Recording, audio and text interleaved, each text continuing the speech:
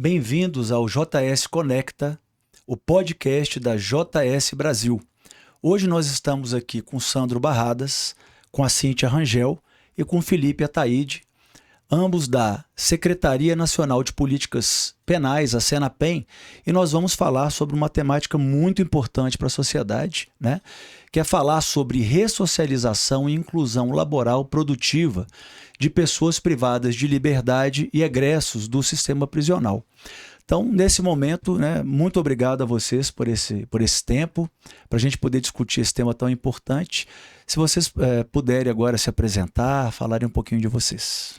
Obrigado, Rodrigo. Sou Sandro Abel Barradas, atualmente diretor de política da Secretaria Nacional de Políticas Penais, mas sou policial penal federal de carreira, entrei no concurso da época do DEPEN para agente penitenciário federal, mas ao longo da nossa jornada de trabalho no sistema prisional, a gente atuou muito na área de inteligência, que nos proporcionou conhecer bem os nossos 26 estados e o Distrito Federal, além de conhecer um pouquinho dos perfis, os mais variados perfis dos presos do Brasil. E aí no ano de 2019, assumimos a diretoria de políticas e estamos hoje aqui, a nossa querida Cíntia Rangel e o Felipe Ataíde, para compartilhar as experiências que nós vivenciamos e estamos vivendo e os aprendizados também, que nem tudo a gente sabe, que o sistema prisional pode nos proporcionar. Muito obrigado, Sandro. Felipe, e você? Olá, Rodrigo. Olá, Abel, Cíntia. Satisfação estar aqui com vocês, mesmo que à distância, né? Estou falando aqui de Ribeirão Preto, interior de São Paulo. Bom, sou o Felipe Ataíde, eu sou pesquisador do programa de pós-doutorado da Universidade Federal de São Carlos, Departamento de Sociologia. Trabalho com as políticas penais já há mais de 20 anos, tive uma passagem pela Administração Penitenciária de São Paulo, depois no Departamento Penitenciário Nacional, Conselho Nacional de Justiça, Secretaria Nacional de Políticas Penais, e hoje eu tenho atuado na coordenação de um programa de pós-graduação, um curso de pós-graduação que a gente está oferecendo pela Universidade Federal de São Carlos, para a formação de gestores em políticas penais. Acho que a gente pode depois conversar um pouquinho sobre o que eu estou falando aqui quando eu falo em políticas penais. É um prazer estar com você, Rodrigo, com a Abel e com a Cíntia, para a gente poder trocar ideia aqui. Obrigado, Felipe. Cíntia? Olá, Rodrigo, Abel, Felipe, prazer enorme estar aqui. Eu sou Cíntia Rangel, sou policial penal federal há quase 20 anos, apaixonada por políticas públicas e por política penal. Eu acho que é super importante esse podcast, essa temática, porque nós precisamos, como servidores, como agentes públicos e como sociedade, compreender que o sistema prisional ele precisa reverter essa lógica pura e exclusivamente punitivista, né? A prisão ela tem um propósito, o Estado tem um propósito, ressignificar trajetórias. E eu acho que trabalhar com a temática sobre capacitação profissional, atividade laborativa, é, sem sombra de dúvidas, um dos fatores mais importantes para esse ressignificar. Perfeito. Então, muito obrigada pelo convite e por trazer essa temática para a gente. Cíntia, muito obrigado. E eu já pego esse primeiro gancho, né, da sua fala, quer dizer, para vocês, num sentido mais amplo, né, quer dizer, com tantas experiências envolvidas e os percalços e os avanços, né, o que significa ressocializar? É uma missão que nós descobrimos, e aí eu vou falar especialmente, eu descobri quando a gente começa a olhar o sistema prisional como a última opção após o fracasso na sociedade das pessoas que foram privadas de liberdade, também do próprio Estado com relação às pessoas que estão presas no nosso país. E quando a gente observa esse mundo, né, a partir dali você desperta interesse. O meu interesse inicial era combater o crime e fazer com que o sistema prisional fosse a ferramenta que a lei de execução penal foi criada. Para mim, uma lei moderna dos anos 80, que tem muita viabilidade hoje na sua execução. Claro que precisa de ajustes, claro, nós estamos falando quase 40 anos depois, mas lá na década de 80 ela já enxergava essa transformação. E quando você começa a vivenciar o sistema prisional, você percebe que a lei de execução penal ela traz claramente o que nós devemos fazer como servidor de carreira, como sociedade civil, como cidadão brasileiro. Transformar e ressignificar esse sistema prisional. E eu enxergo no primeiro momento como uma missão. E nós estamos cumprindo essa missão, uma missão importante para a nossa sociedade, para o nosso país e também para nós mostrarmos na América Latina e quem sabe um dia para o mundo que é possível fazer um sistema penitenciário diferente, moderno e muito justo. Muito bom. Cíntia, para você. Então, eu acho que eu tenho uma certa... Não sei, o Felipe, eu acho que a gente já teve vários diálogos sobre isso. Tem uma certa resistência à palavra ressocializar. Ressocializar da ideia de que essas pessoas não estão na sociedade, não integram a sociedade. Eu acho que isso é um equívoco. Essas pessoas fazem parte da sociedade, integram a sociedade, integram um dos problemas públicos mais complexos que nós precisamos enfrentar, e também são o resultado da ausência de políticas. Nós estávamos falando, um pouco antes do podcast ter início, né, sobre o perfil da população prisional. Nós temos uma população predominantemente jovem, um recorte racial significativo, um recorte socioeconômico maior ainda, e baixo nível de escolaridade, ausência de qualificação profissional, invisibilidade a muitas dessas políticas públicas, colocadas como políticas propulsoras de uma ideia de cidadania, né? Nós nos deparamos com um número assombroso de pessoas sem documentação civil, sem CPF, sem carteira de identidade, pessoas que foram invisibilizadas. Eu estou falando de uma pessoa que não tem o CPF, uma pessoa então que não teve um cartão de SUS nunca na sua vida, nunca foi integrada a nenhum programa de política social. Então, voltando, às vezes eu posso me estender um pouquinho, mas me agrada a ideia, e é o que me move como servidora da execução penal, de que eu estou e devo, como Estado, a partir do processo de prisão, dar a essas pessoas acesso a políticas públicas que lhe foram negadas. E esse processo de invisibilidade, muitas vezes, foi o que os levou ao sistema prisional. E quando eu falo isso, eu não estou contemporizando nenhuma prática criminosa nem nada. Eu estou fazendo um apelo à sociedade de que olhem o sistema prisional como também um rescaldo, um extrato social ausente de políticas, que precisa desse olhar, justamente para que nós possamos dar significado, que haja uma execução penal movida por sentido. Interessante essa fala sua. A primeira vez que eu ouvi essa palavra invisibilidade, né, no contexto social, eu lembro que foi um programa, foi o Globo Repórter, em que um psicólogo ele se fez de um profissional da limpeza pública, né, por um certo tempo, para sentir realmente, quer dizer, o que era aquilo, você fazer parte de um grupo invisibilizado. Sim. Um grupo, quer dizer, o indivíduo passa do seu lado, não sabe, quer dizer, não te cumprimenta, como se você estivesse à margem, não fizesse parte dessa teia social que merece direitos, como você falou. E aquilo ali sempre ficou muito comigo. E aí, acho que na carreira profissional, muito do que a gente chama, né, de populações vulnerabilizadas é isso. Quer dizer, como é que a gente faz, né, para que essas pessoas passem a ter os seus direitos? E achei muito legal também você falando, gente, essa coisa do... Olha, ninguém está passando a mão na cabeça de ninguém. Mas se a gente está falando num sistema, como você falou, né, quer dizer, é uma...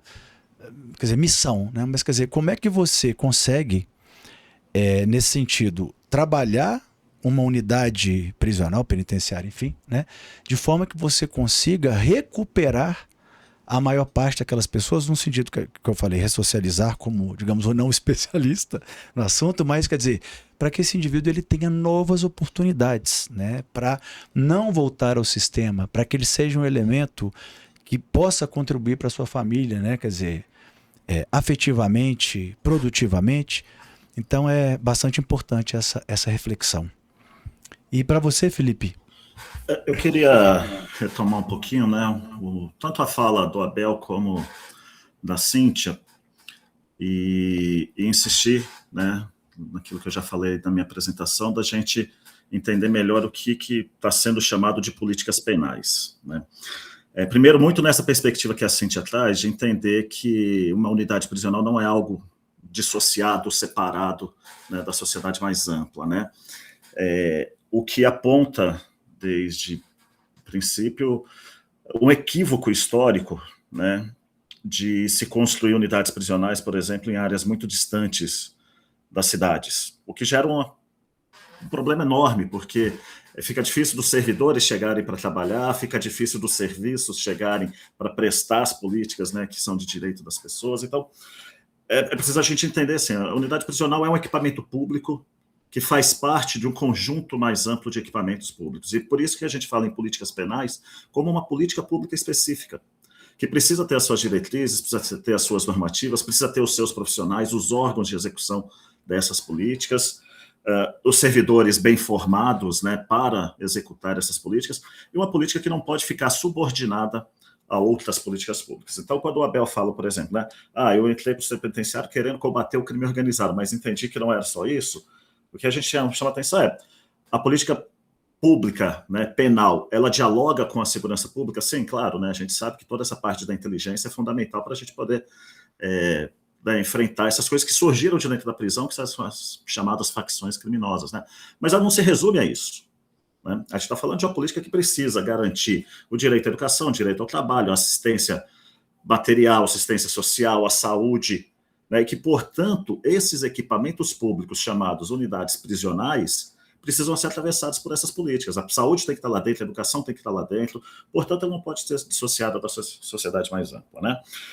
O segundo aspecto é para que servem, então, esses equipamentos públicos, né? Como a Cíntia chamou a atenção, muitas vezes, como a gente tem uma seletividade penal e racial muito forte no Brasil, a gente está falando de um segmento da população que, em boa parte das vezes, não foi alcançado pelas políticas públicas e que acaba tendo, dentro da unidade prisional, muitas vezes, a primeira chance de contato com o equipamento de saúde, com a sala de aula, né? A gente tem uma população jovem que majoritariamente passou pela escola e nela não permaneceu. Então, são pessoas que têm ensino fundamental incompleto. Por quê? Porque a escola também se mostrou um ambiente hostil para essas pessoas. Então, a gente precisa olhar a política pública penal como um lugar de intersetorialidade e que precisa trabalhar com essas especificidades. Portanto, os servidores penais precisam ser formados para isso também. Não pode ser formado só numa lógica policialesca de combate ao crime organizado, né, que precisam ser formados para garantir que os direitos previstos na Constituição sejam assegurados para aquelas pessoas que estão lá dentro. Então, acho que essa é a especificidade da política penal. E aí, nessa perspectiva, conceitualmente, né, e aí eu falo a partir, né, desse universo também da academia, conceitualmente a gente tem utilizado uma concepção mais moderna, que é de reintegração social, porque ela pressupõe não que esse sujeito está apartado da sociedade, mas sim, ele está inserido num conjunto de políticas que devem ser garantidas a essas pessoas, e ele também é um sujeito ativo, né? A pessoa privada de liberdade tem que ser dada a oportunidade dela optar por estar numa sala de aula, dela também ter um trabalho digno, não pode ser um trabalho que explore somente a mão de obra, que não remunere, e a gente vai falar sobre isso. Então, o conceito de reintegração social, ele pressupõe isso, né, que a unidade prisional é um equipamento público integrado à sociedade mais ampla, que as políticas públicas devem estar presentes dentro desses equipamentos. Então, quer dizer, nesse contexto de reintegração social, né, Felipe? Você falou aí de a saúde tem que estar dentro da unidade, a educação tem que estar dentro da unidade, as políticas assistenciais têm que estar dentro. Onde e de que forma entra, então, essa inclusão produtiva, né, que foi objeto, né, do trabalho que a gente fez em conjunto e que a gente realmente nota essa, digamos, até essa devoção, essa tentativa, de fato, de fortalecer essas políticas de inclusão produtiva nos estados, né? Quer dizer, como é que o cidadão que está na ponta, ele pode melhor compreender esse conceito e essas práticas de inclusão produtiva, inclusão laboral dessas pessoas? Eu acho que você está diante de 3, eu vou usar o termo peritos, perito no sentido da pauta, dos estudos e da vivência e do que se quer transformar. Então, para a gente chegar nesse ponto, eu vou abrir essa nova fase aqui trazendo dados. Até 2018, nós não sabíamos quantos presos tinham no Brasil e não sabíamos quantos trabalhavam ou quantos estudavam. Porém, o DEPEN, na época, já tinha áreas temáticas. E as áreas temáticas tinham uma noção, elas tinham contato com pontos focais nos estados e a gente tinha ali uma estimativa. Então, quando a gente chega em 2019, na política penitenciária, que abarcava tanto as alternativas penais como o sistema prisional, nós tínhamos ali uma noção de que em torno de mais de 800 mil presos, e nós tínhamos a noção de 12% na época de atividades educacionais e 19% de trabalho. Essa era a informação que nós tínhamos. E a partir dessa informação, nós criamos uma estratégia para cumprir a lei de execução penal. Essa era a visão. Aí eu estou falando na visão clara do Sandro Abel Barradas.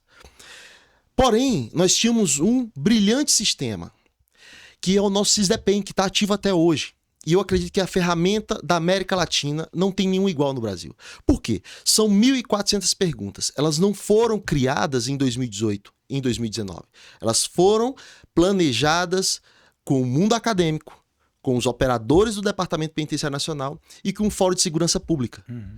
E foi mobilizado 1.400 perguntas ou 1.400 itens para serem respondidos pelos diretores das unidades. E nós tínhamos ali em torno de 1 ano e meio de atraso de informação.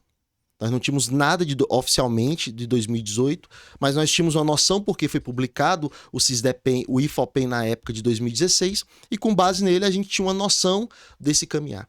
E a partir dali, a primeira missão era: nós vamos cumprir a lei de execução penal. O maior desafio é saber, esses dados estão próximos de 19%, de 12%, de 13%, 14% de trabalho e educação. E em 9 meses, nós não tínhamos mais... Nós tivemos o último relatório de pesquisa ou de instituições fora do Departamento Penitenciário Nacional. Em outubro de 2019, nós tínhamos todos os dados do SISDEPEN atualizados. E a partir dali nós encontramos o segredo de conexão com todos os estados. E também descobrimos, Felipe, o grande desafio que nós teríamos pela frente. Fazer com que os estados se mobilizassem para que a gente conseguisse implementar programas já instituídos, e aqui eu não vou deixar de falar, porque seria talvez no meu coração uma desonra, e dizer assim: brilhantes gestores do DEPEN do ano de 2012, 2010, porque tudo começa antes, 2011, 2012, quando efetivou o primeiro PROCAP. E por questão de honra, em 2019 nós injetamos mais 49 milhões no PROCAP. Desculpa, só um parênteses. Explica para o público o que significa, então, PROCAP. É o Programa do Governo Federal de Capacitação e Estruturação de Oficinas de Trabalho dentro do sistema prisional. Perfeito. Hoje, eu sou oriundo do Piauí, sou filho do Piauí. Até 2019, era improviso. O Piauí não tinha executado, por exemplo, nenhum real ainda desse programa. Nós poderíamos ter encerrado ali, porque já tinha vencido prazos, não tinha tido nenhuma execução. Mas em 2019, antes da pandemia, Santa Catarina fechava o ano com 30 milhões de reais retornando aos cofres públicos da mão de obra prisional. Minto. Voltando para o fundo, através do fundo rotativo para a Secretaria de Administração Prisional de Santa Catarina. E a grande maioria dos pequenos projetos que geraram essa fortuna de retorno ao sistema prisional, elas são oriundas de oficinas do PROCAP. E a partir dali a gente diz assim: nós temos um mundo pela frente.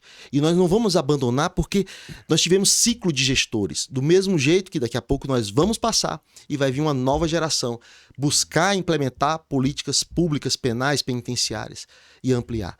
Mas nós temos um desafio grande. Quando a gente roda esse Brasil, a gente olha. Quando a gente chega numa unidade com 2.000 presos e a gente consegue ver 70 presos trabalhando numa bela oficina, nós não estamos... Eu vou arredondar o número. 2.000 presos e 100 presos trabalhando. Nós olhamos para os 1.900 presos. Esse é o desafio da nossa missão. Esse é o desafio do Brasil. Esse é o desafio desses brilhantes gestores e pessoas que colaboram e trabalham incansavelmente para que nós cheguemos nas metas do Plano Pena Justa, que eu acho que é o maior desafio para a execução penal do Brasil, mas também vai ser quase uma política de referência para várias outras políticas do Brasil, quando a gente chegar daqui a 3 anos, na primeira etapa do Plano Pena Justa, do cumprimento do Plano Pena Justa.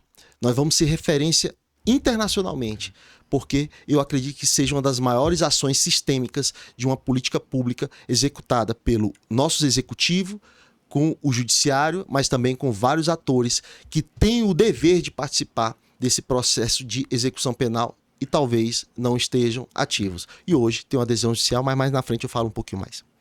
Interessante, até vou assim, pegar dessa fala sua, né? Que desse trabalho que a gente fez em conjunto, para você que está nos assistindo, né?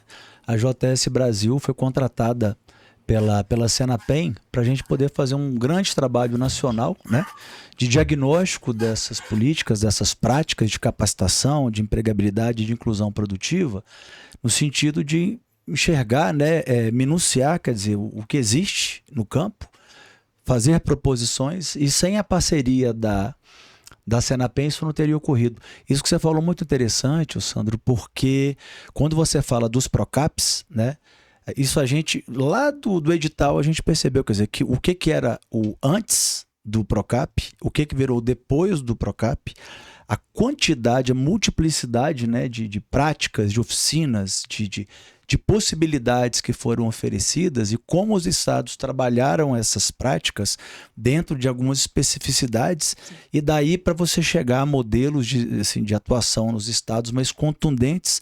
E aí depois vocês vão aprofundar melhor o Pena Justa, porque o Pena Justa já sai do projeto. Aí a gente foi estudar um pouco por fora, mas como você falou, peritos são vocês. Então, eu até queria fazer alguns complementos. Primeiro, pegando alguns recortes da fala do Felipe, super importante, Felipe, realmente é reintegração social. Ele dá muito aquela ideia de que, aqui, começo da minha fala, né, de que nós precisamos compreender que a execução penal ela não tem um aspecto pura e exclusivamente punitivista. Nós precisamos fugir disso. Né? Então, o Estado tem o dever de auxiliar na reconstrução de trajetórias de vidas. E aí vem algumas questões que a gente precisa colocar, pegando falas do Felipe e do Abel. Quando eu falo em políticas penais, eu estou associando diretamente a políticas públicas. E políticas penais, elas precisam ter um locus muito claro. Eu costumo dizer, desculpe a expressão da informalidade, mas o Felipe já me ouviu falando nisso e o Abel também. Eu, como servidora, eu tenho ojeriza a puxadinhos de políticas. O sistema prisional, ele precisa ser visibilizado por políticas macro. Uma política de educação promovida pelo Ministério da Educação precisa visibilizar o sistema prisional. Uma política de trabalho, de qualificação profissional, precisa visibilizar o sistema prisional, assim como a saúde e todas as demais áreas. O grande problema, talvez, disso é porque, e aí vem a provocação, eu achei muito interessante você falar sobre o processo seletivo que a JBS... Não, desculpa, JSB, estou fazendo confusão. A JSB participou e sagrou-se vencedora, que era para fazer uma pesquisa sobre estratégias, né, de inclusão laborativa. E é curioso, porque quando o Abel fala aqui, cita o meu nome, cita do Felipe, e eu me recordo de muitas outras pessoas que passaram pelo Departamento Penitenciário Nacional e que foram fundamentais para a minha trajetória, né, de compreensão de qual é a missão efetiva da execução penal, uma das coisas que fica muito clara é que quem tem a oportunidade de conhecer de forma mais aproximada o sistema prisional carrega isso como uma missão. Uhum. Eu tenho certeza, Rodrigo, e a gente até conversou sobre isso, de que quando você se dispôs a visitar locais e fazer os levantamentos, você foi com uma determinada ideia do que o sistema prisional era. Uhum. Uma ideia, muitas vezes, reproduzida pela incompreensão que a sociedade tem e fomentada, muitas vezes, por um equívoco que eu falo dos meios de comunicação que visibilizam, aliás, dão visibilidade ao sistema prisional a partir de pautas muito ruins. Né, daquilo que não dá errado, daquilo que não está certo, da corrupção, das grandes tragédias, das grandes rebeliões. Mas existe um sistema prisional promovido, principalmente quando você tem uma relação de proximidade com o meio acadêmico e com a sociedade civil, de resultados, de projetos que são implementados a partir de uma ideia de reconciliação social. Eu acho que é esse o processo que a gente precisa ver quando olha para o sistema. De que essas pessoas que estão dentro do sistema vão sair. E o meu dever, como representante do Estado, aliás, o dever do Estado, é fazer com que essas pessoas saiam melhores do que chegaram. Todas as vezes em que você se depara com situações ruins, representativas do sistema prisional, ela se deu pela ausência dessas políticas. Então, trabalhar com essa métrica e quando a gente fala, quando o Abel citou sobre a Lei de Execuções Penais, a Lei de Execuções Penais vai fazer 42 anos esse ano. Ela é, talvez, um dos elementos mais importantes que eu vejo, até... Felipe, nas várias coisas, e Abel, que a gente conversa, eu me propus a estudar um pouquinho da origem da Lei de Execuções Penais. Da onde que ela veio, de onde vieram aquelas ideias tão inovadoras, tão progressistas. Ela tem uma relação muito direta com o processo de democratização. Ela nasce de uma CPI instalada em 1974, o início de uma CPI de 1974, que foi o primeiro momento em que a ditadura militar perdeu grande número de cadeiras no parlamento, e ela nasce com o propósito de, essa CPI, de verificar as condições da prisão, das prisões das pessoas que a ditadura prendeu.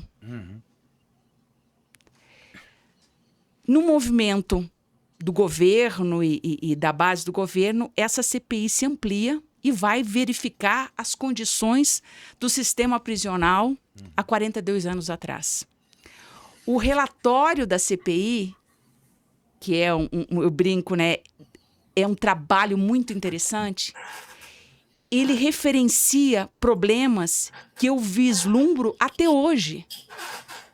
Superencarceramento, condições de prisão absurdamente violadoras de direitos, ausência absoluta do Estado, perfil da população prisional, como eles usam a expressão, claro lá, vadios, já há um juízo de valor. Pessoas que têm baixa escolaridade, que têm sem qualquer condição de qualificação profissional. E aí, e o curioso é que o relator, eu não sei se foi o relator ou o presidente, me deu um branco agora, foi o ministro da Justiça no último... O relator aberto. Exatamente. Foi relator, né? Ele foi o ministro que apresentou a proposta de lei, da Lei de Execuções Penais, e ela entra em vigor, ela foi apresentada em 1974 e ela entra em vigor em 1985, quando dá início o processo democrático. Então, assim, por que eu trago essas questões? Falar sobre execução penal é falar sobre patamares civilizatórios. É falar sobre democracia, cidadania. É olhar a Constituição de 1988 e dizer que eu ainda tenho, dentro do sistema prisional, pessoas segregadas daqueles direitos. Então, quando a gente fala sobre tudo isso e isso precisa estar cada vez mais no diálogo dos gestores públicos, na compreensão dos servidores de que o seu papel não é meramente punitivista. Ele é um agente de políticas públicas. E é esse processo que a gente precisa entender, que envolve, sim, trabalho, que envolve educação e que envolve, acima de tudo, o que eu quero definir como sociedade a partir de agora, ainda com uma agenda do século passado. Deixa eu aproveitar. A gente não tinha combinado, né, de fazer esse resgate histórico, mas eu acho que ele surgiu aqui pela importância mesmo da gente contextualizar as coisas, né? E é ótimo, Cíntia, trazer, né, essa lembrança de como surge a lei de execução penal nesse contexto de redemocratização, porque a gente está num momento turbulento, né, da história mundial, e reafirmar esses valores democráticos sempre é muito importante, né? E o Abel trouxe uma outra questão também, que é da própria aprendizagem institucional, né? Como é que o Departamento Penitenciário Nacional foi aprendendo a ser, né, um departamento condutor, indutor, fomentador de políticas de abrangência nacional, né?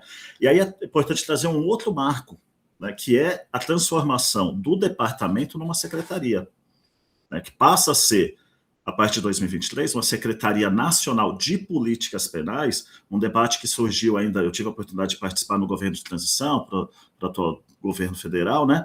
E quando a gente marca essa necessidade de ter uma Secretaria Nacional, é exatamente pensar políticas de abrangência nacional, e que não são políticas subordinadas, como eu disse, a uma outra política. Dialoga com a segurança pública, sim, dialoga com o sistema de justiça, dialoga com as outras políticas públicas, né? Isso é importante a gente marcar, porque se a gente reduzir o debate da política penal à segurança pública, aí não precisa existir SENAPEM, né? Aí tem a SENASP, Secretaria Nacional de Segurança Pública, entrega tudo para lá e toca a vida. Mas não é isso que a gente está falando. A gente está falando de uma secretaria que tem uma importância fundamental nesse contexto de garantir, dentro de um regime democrático, né, de um regime de direitos, a especificidade dessa política, né? E aí eu acho que faz todo sentido a gente resgatar também como é que surge esse trabalho que a JS Brasil fez junto à SENAPEM para pensar a política de trabalho.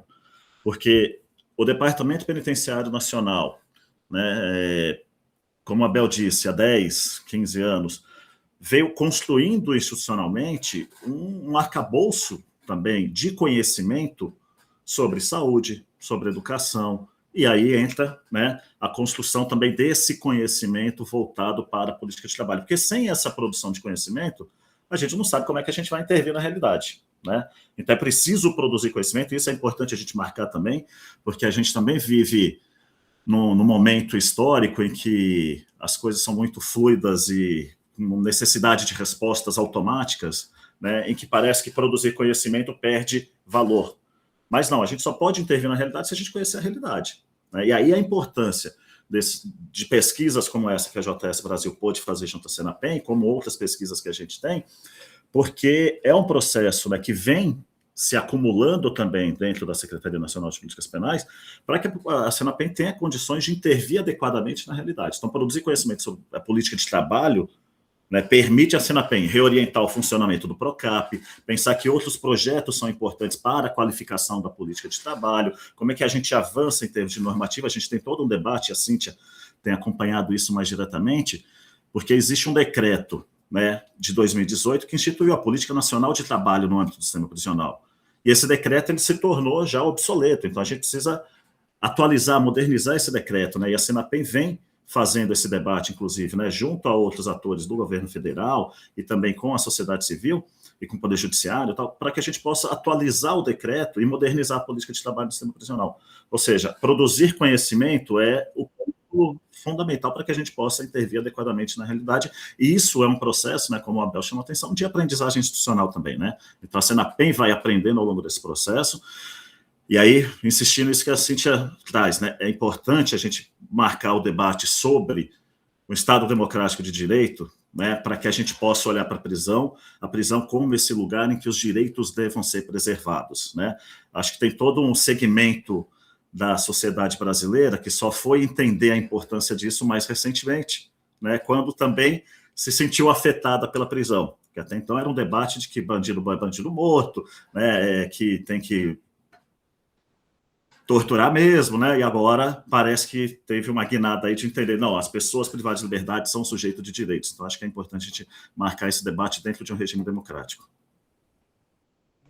Assim, vocês trazem alguns elementos, quer dizer, que eles nos fazem pensar muito, é o que você falou, né, Cíntia? Você entra com uma cabeça, por mais que você tente, digamos, se despir de elementos, quer dizer, quando você vai se aprofundar tecnicamente, você vai como indivíduo de pesquisa, né, você tem que estar atento a outros aspectos, né? E a realidade te ensina, né? Sim.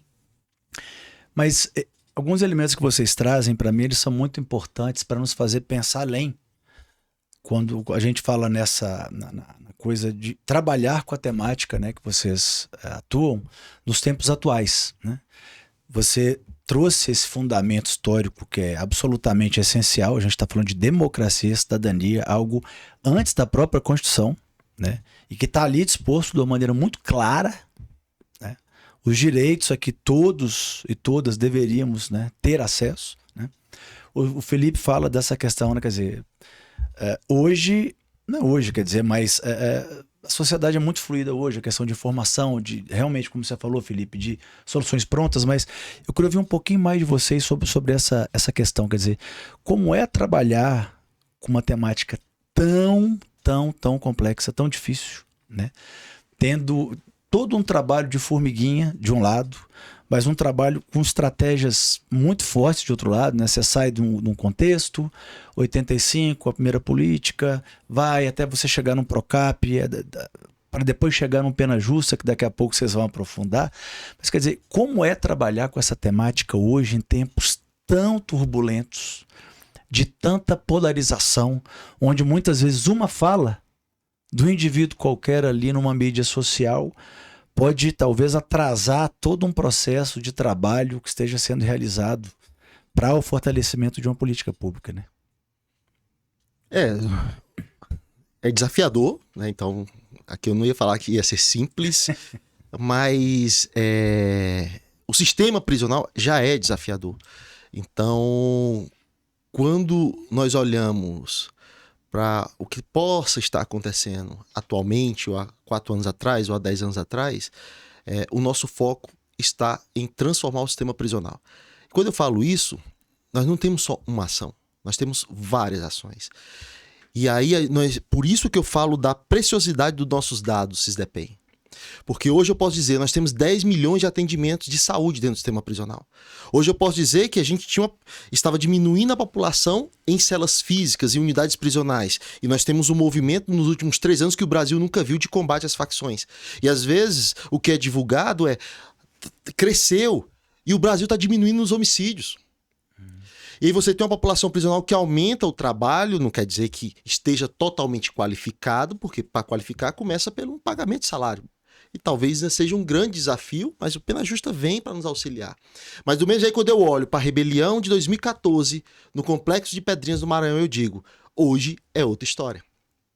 Do mesmo jeito, quando eu olho que São Paulo chegou a ter 235 mil presos, e teve uma redução da população prisional antes da pandemia, e aí durante a pandemia, e chegou a 195, e nós estamos chegando a quase 220 mil, ou passando 220 mil, e o Brasil vai chegar na casa de 800 mil pessoas, a gente vê o desafio, ele é muito maior, para a gente conseguir trazer uma comunicação, uma informação legítima, e essa informação legítima é do nosso SISDEPEN, onde eu posso falar que lá você tem todas as informações que traz clareza.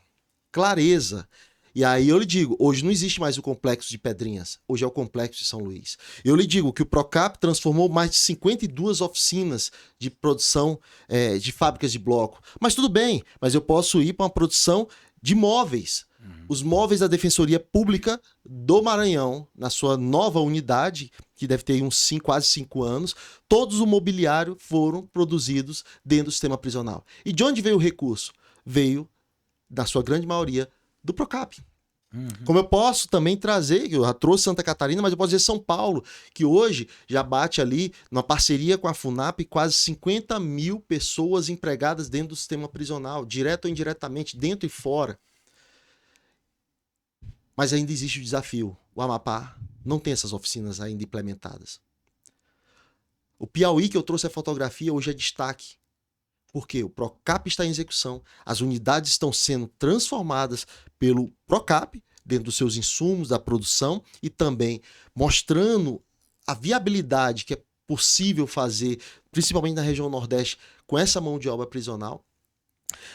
Nós temos o Ceará, que vem hoje com mais de 24 empresas dentro do sistema prisional que pagam salários para os presos. E se nós voltarmos a 6 anos atrás, nós tínhamos em 2018 um cenário de 30 mil presos e quase 10 mil celulares dentro dos presídios do Ceará.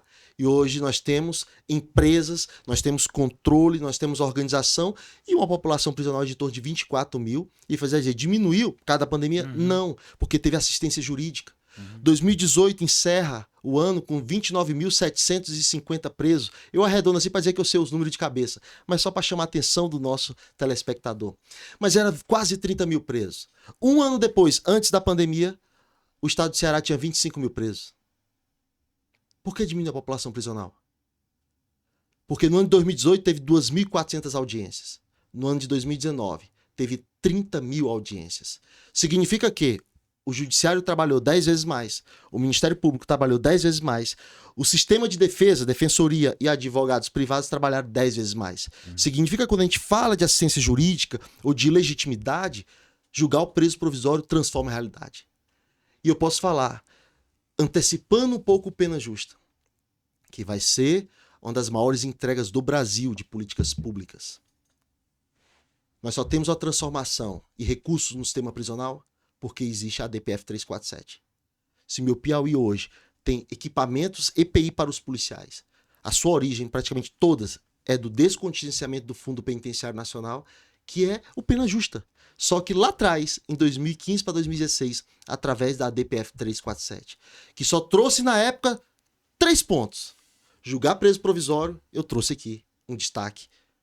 Audiência de custódia, que ela tem sim sua importância, tem sim sua importância, ali a presença do Estado nos primeiros momentos da prisão.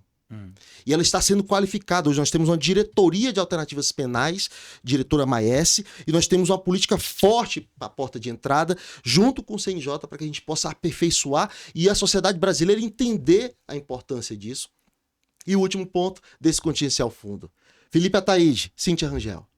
Se a DPF 347 não tivesse existido, talvez nós estaríamos hoje batendo cabeça com muitas rebeliões, muitas tragédias e talvez até intervenções internacionais. Já sofremos muitas de cortes internacionais de direitos humanos e o Brasil responde em vários estados, mas talvez hoje a gente não veria uma ação, por exemplo, do Rio Grande do Sul, que não tem mais o presídio central.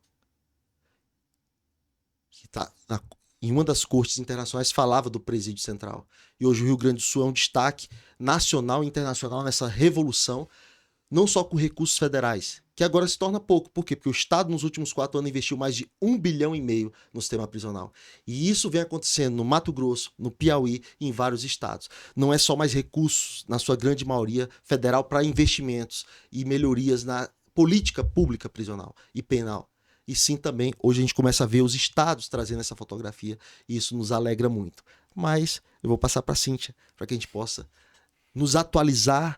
E eu acredito que nós estamos diante de um momento muito importante com esses 3 personagens aqui trazendo informações claras de quem vivencia, desde lá do cárcere até a visão como sociedade civil, como um cidadão brasileiro que quer mais justiça e quer um sistema prisional mais justo.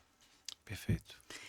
Então, eu tenho, mesclando assim as várias falas, eu acho que a gente precisa, primeiro, voltando um pouquinho para a temática do podcast, que é sobre a questão da inclusão a laborativa, né, inclusão produtiva, e mesclando com aquilo que o Felipe fala desde sempre, sobre a questão de políticas penais, políticas públicas, com estruturas, né, efetivas, eu acho que existem, e aí respondendo a tua pergunta, né, dos desafios frente a um cenário tão polarizado, de extremos, né, eu acho que é muito claro aquilo que eu falei antes.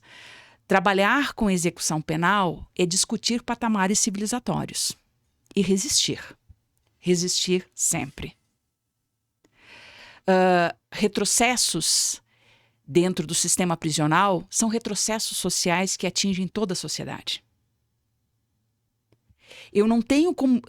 é inviável para mim, e você teve esse desafio quando você fez a pesquisa, Rodrigo, olhar os projetos de trabalho dentro do sistema prisional ou pensar na elaboração de políticas voltadas para o trabalho, de programas voltados para o trabalho, ele tem que estar baseado numa agenda de trabalho decente. E assim são todas as questões relacionadas ao sistema prisional. Eu não posso discutir saúde dentro do sistema prisional a partir negando o direito que as pessoas têm, sim, à saúde, a um diagnóstico precoce, a um tratamento de qualidade e um acompanhamento também de qualidade. As pessoas precisam entender que tudo aquilo que de alguma forma eu implemento, seja por meio de ações do Poder Legislativo, que foram o que a gente observa que foram as maiores transformações da Lei de Execuções Penais, aquilo não fica só no sistema prisional. Aquilo reverbera para a sociedade de diferentes maneiras. Então, voltando àquilo que você estava comentando, eu preciso discutir se a lógica hoje é punitivista, de primazia da segurança pública, de combate absoluto às facções criminosas. Me explique por que o Brasil, que tem a terceira maior população prisional do mundo, não é o terceiro país mais seguro. Nós precisamos começar a questionar essas verdades, de dizer o seguinte: até que ponto esse processo que nós estamos levando a cabo de prisão, de violação de direitos, de a prática da privação de liberdade como a regra, em detrimento de outras alternativas, ela não contribuiu para as mazelas que nós estamos vivenciando hoje na segurança pública? E qual é, hoje, talvez, o nosso maior desafio como sociedade? Compreender aquilo que o Felipe já diz e o Abel também, compreender que execução penal, compreender que sistema prisional é uma responsabilidade de absolutamente todos. O plano Pena Justa, ele traz isso. A partir do momento em que ele emprega a ideia de intersetoriedade absoluta, de que, sobre o sistema prisional, reverberam políticas no âmbito dos municípios em relação a acesso à saúde, em relação ao acesso aos equipamentos da assistência social. Reverbera para a sociedade como é que ela recebe aquela pessoa que cumpriu a sua pena, mas quando sai não tem qualquer tipo de oportunidade e sai, como a gente falava antes, né? Eu já tenho... E isso é inegável.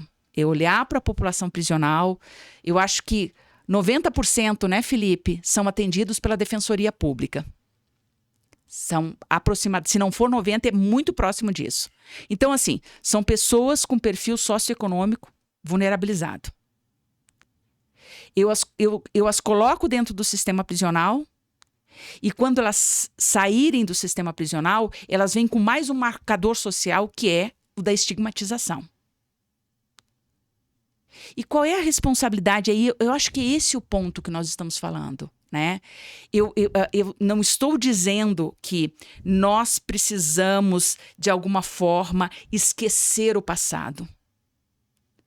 Mas eu preciso compreender que o sistema prisional é responsabilidade da sociedade a partir do momento em que aquela pessoa cumpriu a pena e que ela teve a oportunidade de sair, nós tenhamos também, como sociedade, a compreensão de que reconstruir trajetórias é também o nosso papel. E aí vem a questão do patamar civilizatório, né, que a gente fala. De que hoje eu vejo muito claro, pegando o gancho da Constituição, desculpa a minha fala meio desconexa, em que a gente fala que no Brasil eu não tenho penas perpétuas. Em verdade, eu tenho, sim. Não reconhecidas dentro do meu arcabouço normativo. Mas eu tenho aquela ideia de que uma pessoa, quando sai do sistema prisional, dificilmente terá uma oportunidade de reconstruir laços. E até fazendo um gancho, se você me permite, Rodrigo, você estava comentando, logo que nós chegamos aqui, que vocês estão... A JS Brasil está com um novo projeto, trabalhando, inclusive, com um programa que existe há algum tempo, numa capital do Brasil, não vou citar, mas que trabalha com população em situação de rua. E aí a gente começou a trocar figurinhas e eu disse assim, Felipe, esse programa já fez um censo há cerca de 8 anos atrás e identificou que a população em situação de rua, um patamar elevadíssimo de 70%, tinha passagem dentro do sistema prisional e socioeducativo. Isso é uma demonstração de que o sistema prisional, ele precisa... E essa passagem, ao menos no estudo que eu tive acesso, à época, assim, pequenos fragmentos, dizia que o sistema prisional foi responsável, na vida daquelas pessoas, pela desconstrução dos laços. Então, voltando àquilo que a gente estava falando, assim, trabalhar com políticas públicas, compreender que o sistema prisional faz parte da sociedade, é responsabilidade de todos os atores políticos, as pastas ministeriais, e isso o Pena Justa faz também muito bem, as pastas ministeriais precisam olhar as suas políticas e seus programas de governo também de forma a visibilizar o sistema prisional. E nós, como sociedade, devemos nos questionar um pouco mais sobre algumas verdades que nos são passadas como absolutas e que nós estamos replicando há décadas, sem não encontrar aquilo que buscamos e cada vez mais nos afastarmos daquilo que entendemos como salutar, civilizatório, correto e socialmente aceito. Perfeito, muito bom. Felipe, tem algum... Não, acho que a Cíntia, a Bel já vamos seguindo. Muito bom, vamos seguindo. É interessante, né? São expressões que a gente, né, nos fazem refletir muito tempo. Se eu tivesse lá no Instagram, eu ia salvar para ouvir depois. Espero que os nossos ouvintes façam o mesmo. Quando você falou, né, Cíntia, o Abel, quer dizer, como é que você dá mais, quer dizer, como é que esse patamar civilizatório ele pode ser fortalecido, né? E aí eu entro na questão que não tem a ver até com o nosso trabalho ali direto, mas, quer dizer, tem a ver, mas eu digo que um pós-projeto, pelo que a gente acompanhou, o plano Pena Justa, ele andou bastante, né? E parece que ele já está em execução nos estados. Então seria interessante vocês, Sandro, Cíntia, Felipe, poderem talvez falar um pouquinho, descortinar um pouquinho o que é esse plano Pena Justa e como é que esse plano ele conversa com essa temática da inclusão produtiva. Como é que o Pena Justa ele conversa com essa construção de um melhorado patamar civilizatório, onde esse sistema penitenciário ele se torne cada vez mais assim, digamos, uma perna, um eixo, né, positivo, né, realmente de reintegração social dessas pessoas que por ali passam. De uma forma bem objetiva, 2017 foi o pior cenário de violência do Brasil e está diretamente ligado ao sistema prisional. Plano Pena Justa que hoje são mais de 300 indicadores, metas. Lá atrás era só uma liminar. Era só um julgado. Liminar, e eu falei aqui, os 3 pontos: audiência de custódia, julgar preso provisório e descontingenciar o fundo. Foi a primeira vez que chegou repassado em finalzinho de 16, então um recurso que entra em 17, né, num gasto em 16, que somado com que entrou em 17 e mais o restante em 18, perto ali da casa de 1,5 bilhões a 2 bilhões, certo? Isso só aconteceu porque nós tivemos o julgado da DPF 347 como liminar. E qual foi a consequência disso? A transformação do sistema. Hoje nós temos mais de 220 milhões investidos em trabalho prisional. Por quê? Da mesma forma que criaram o PROCAP lá atrás, e ele foi estudado, e nós ampliamos, nós entramos com mais 2 frentes: a aquisição direta de oficinas de trabalho, dignidade menstrual, serralheria, marcenaria ainda não foi, malharia e fábricas de bloco. 63 milhões estão sendo investidos dentro das unidades prisionais. Como eu citei, talvez Santa Catarina hoje também já tivesse, ano passado bateu 32 milhões retornando do trabalho prisional para o sistema prisional. Talvez não tivéssemos esse alcance, mas eu não tenho dúvida que teria algum retorno através do fundo rotativo. Mas se não fosse o PROCAP, talvez não teria chego esse momento. Porque o fundo rotativo de Santa Catarina é de 1979, se eu não estou enganado. Como diz meu pai, Antônio Altamir Fonseca Barrada. 1979. E só ganhou força a partir de 2016. Então não é o fundo rotativo, é a conexão dos gestores em querer transformar uma realidade. Porque isso não funcionava desde a década de 80.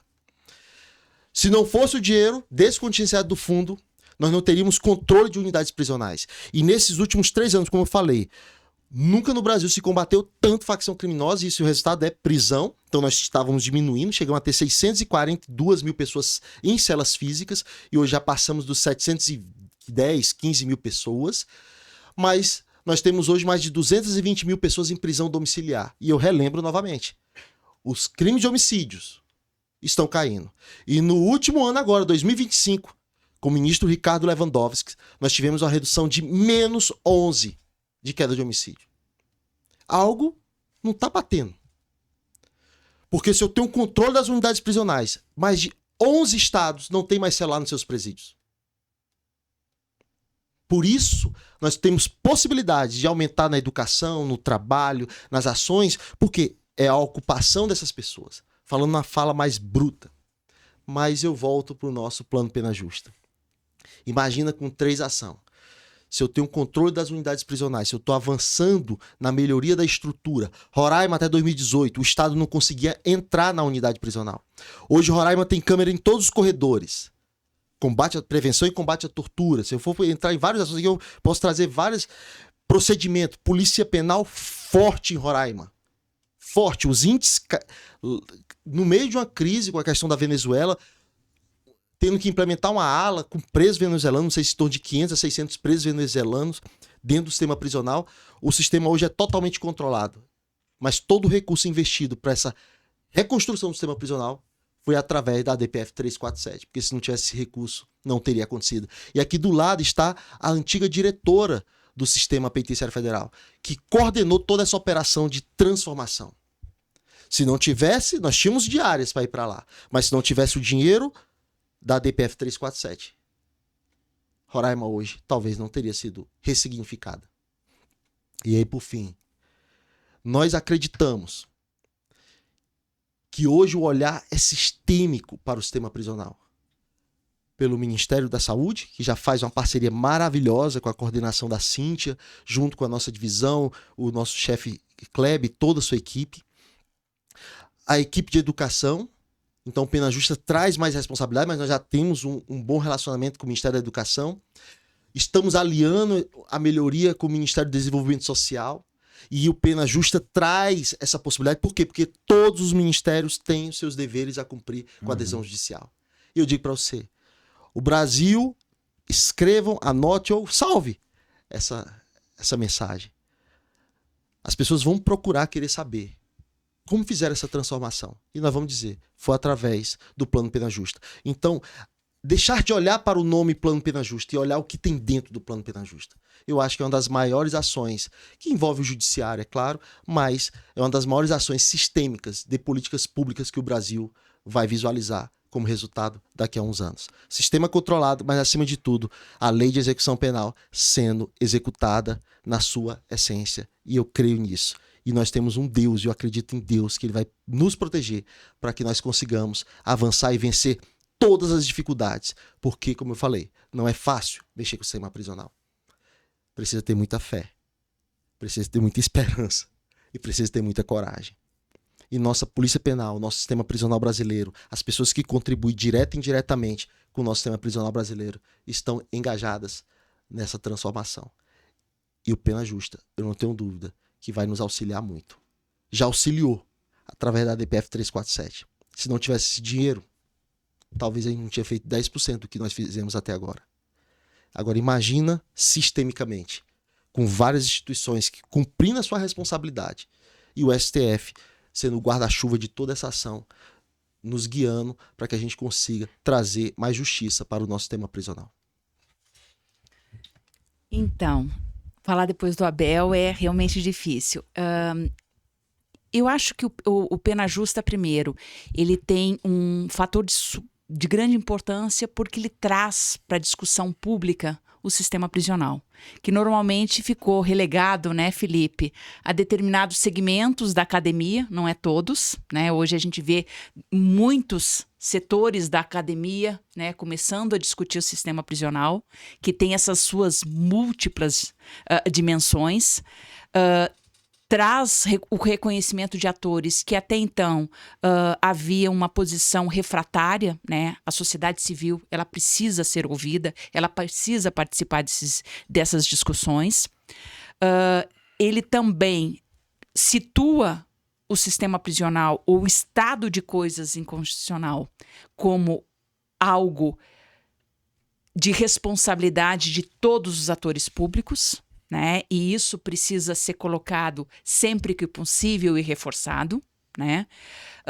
Precisamos discutir questões orçamentárias, sim, né? Nós tivemos o descontingenciamento do plano, como o Abel colocou, mas há necessidade hoje também de que nós tenhamos um reforço orçamentário em relação ao FUNPEN, porque os desafios são enormes, um reforço também orçamentário por parte dos estados, né, que já apresentaram seus planos estaduais a partir das diretrizes do Plano Nacional.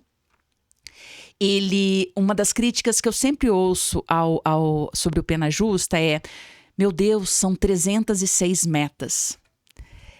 Essas 306 metas, na verdade, elas refletem o vazio com que o sistema prisional foi tratado durante muito tempo. Então, se eu traço um plano de 306 metas, eu estou discutindo diferentes problemas que não foram atendidos como deveriam ou sequer foram olhados com o olhar da importância que deveriam, né? Então, para mim, quando eles dizem assim, 306 metas é uma utopia, eu disse, uma utopia é acreditar que nós vamos transformar o sistema sem fazermos profundas reformas.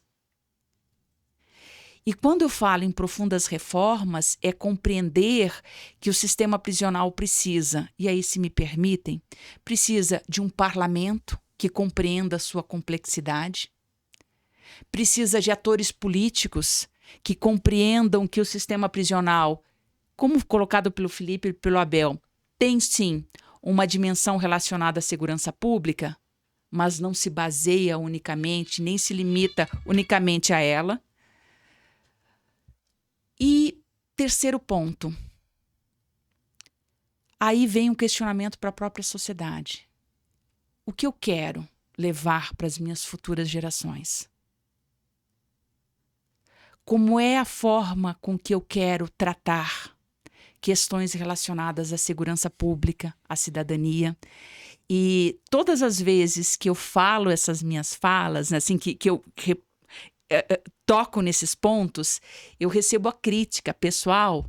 Meu Deus, é uma pessoa que esquece que nós estamos falando de criminosos, é uma pessoa que tem esse olhar completamente desvirtuado da realidade. Em verdade, e eu sempre coloco isso, e foi o que eu falei, acho que na minha primeira fala, eu não estou contemporizando.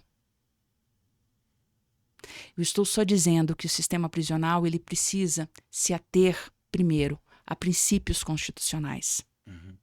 As pessoas que estão privadas de liberdade, elas estão cumprindo uma condenação estabelecida por uma sentença judicial.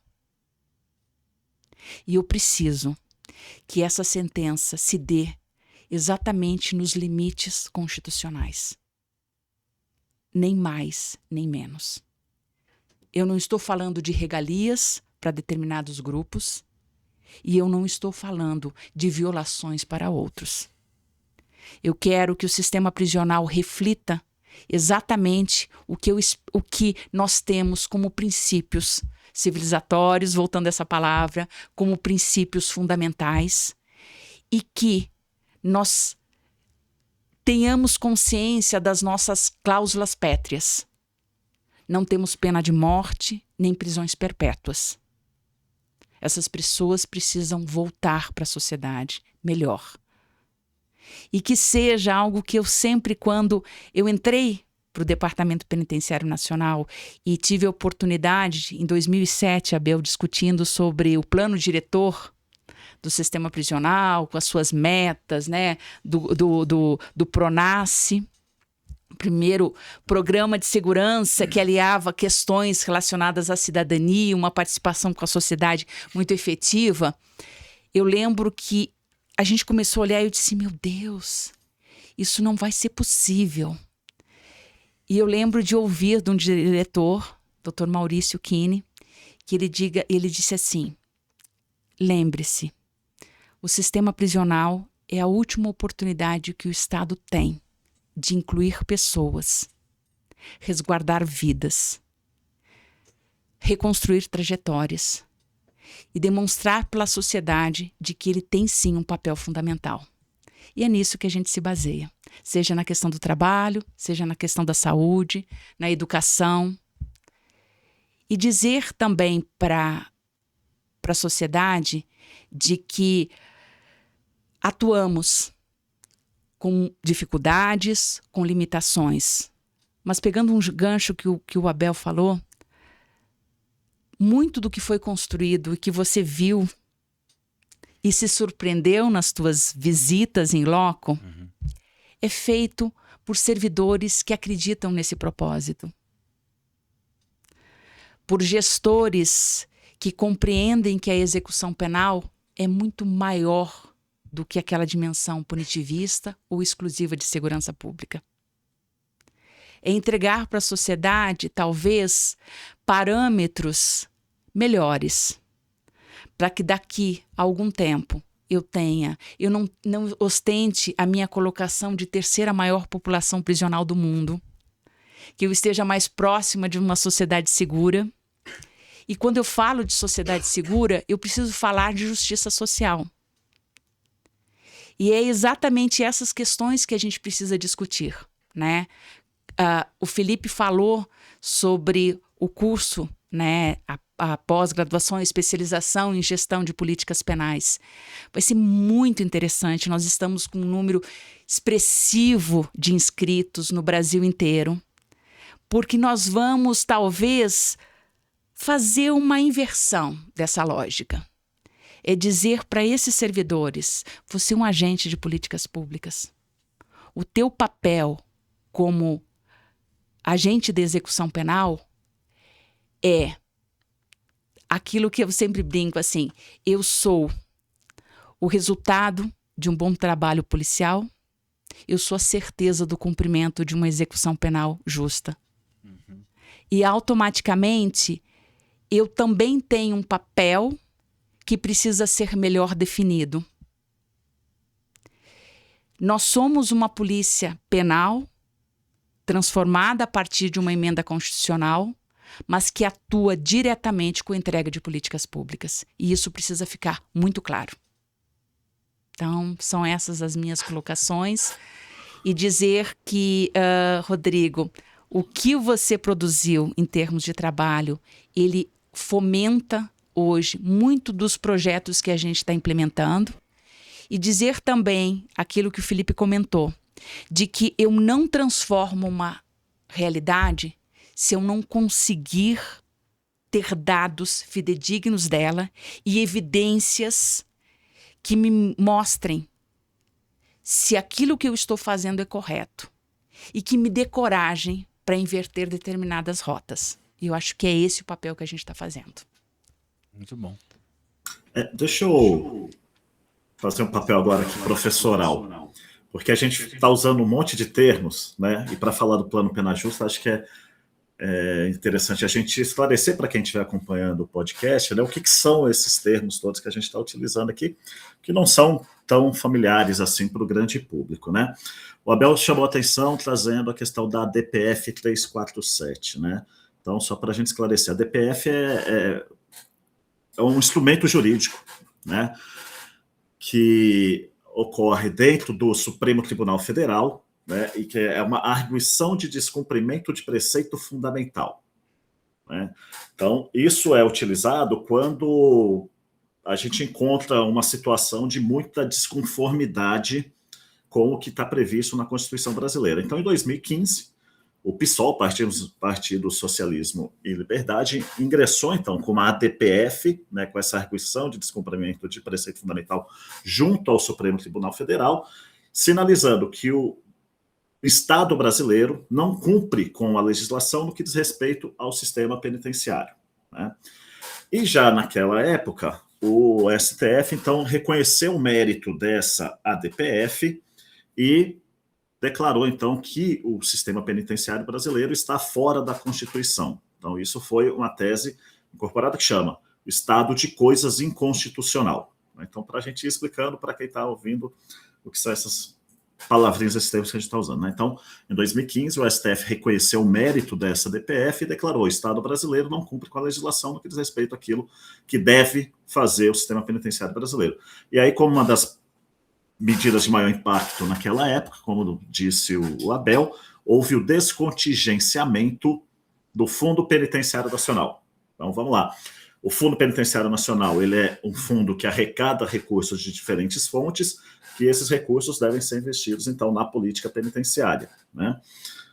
Agora, a gente fala na política penal.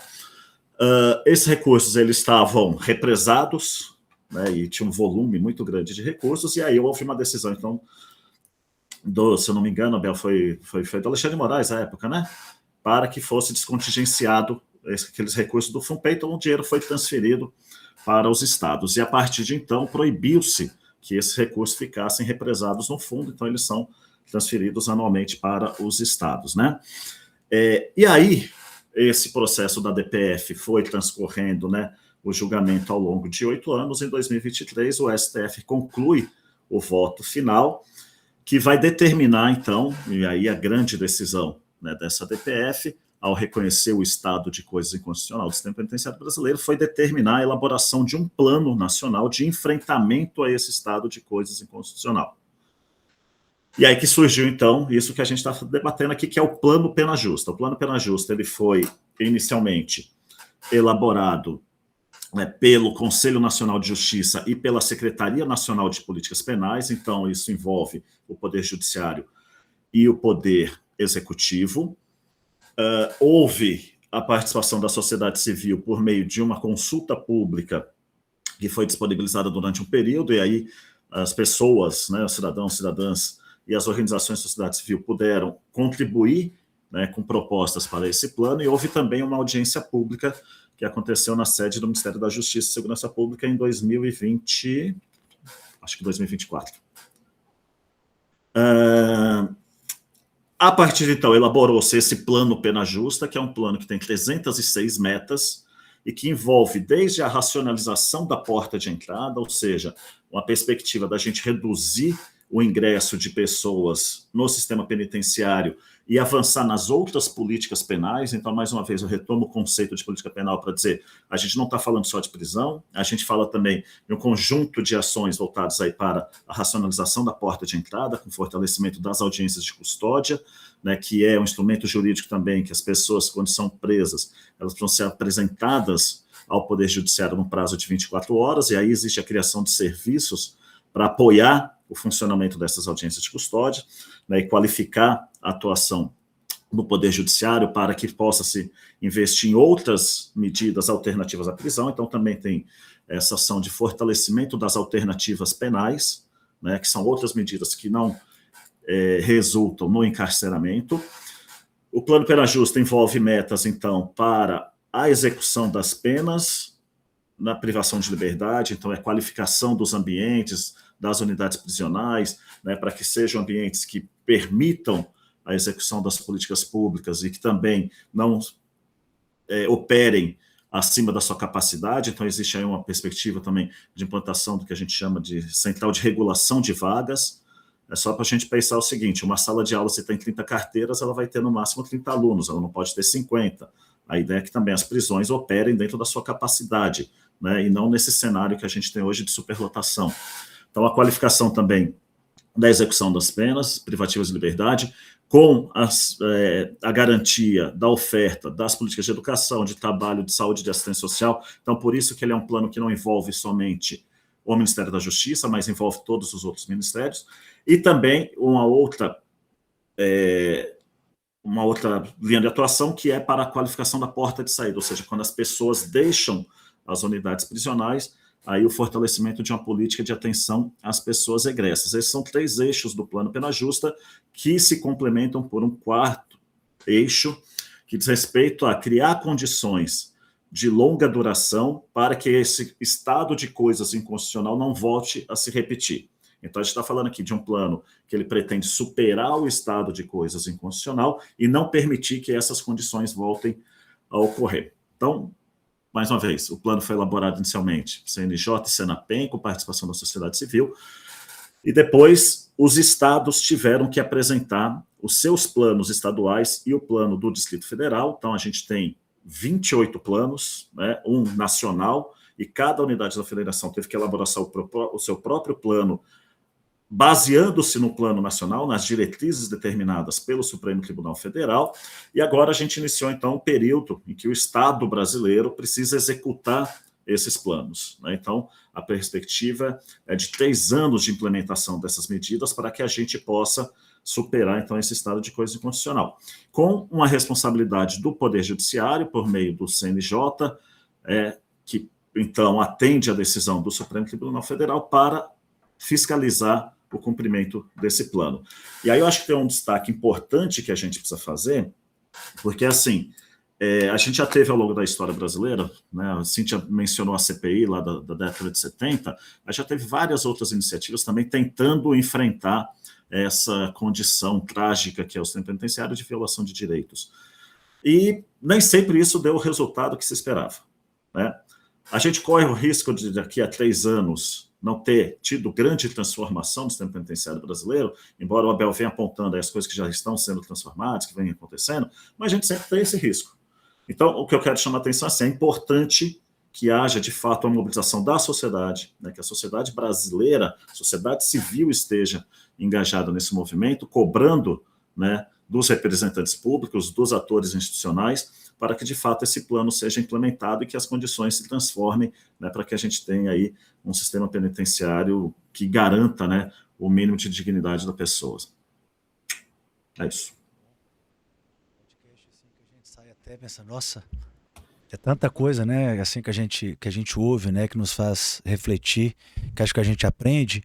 Muito importante convidar, né, você que está acostumado a acessar nossas mídias, o YouTube, o Instagram, o LinkedIn, né, poder assistir com calma, né, alguns recortes com calma, para poder concatenar, quer dizer, muito do que foi dito aqui, a relação do sistema penitenciário com toda a sociedade. Essa pessoa que entra, ela vai sair. Como é que você espera que essa pessoa saia, né?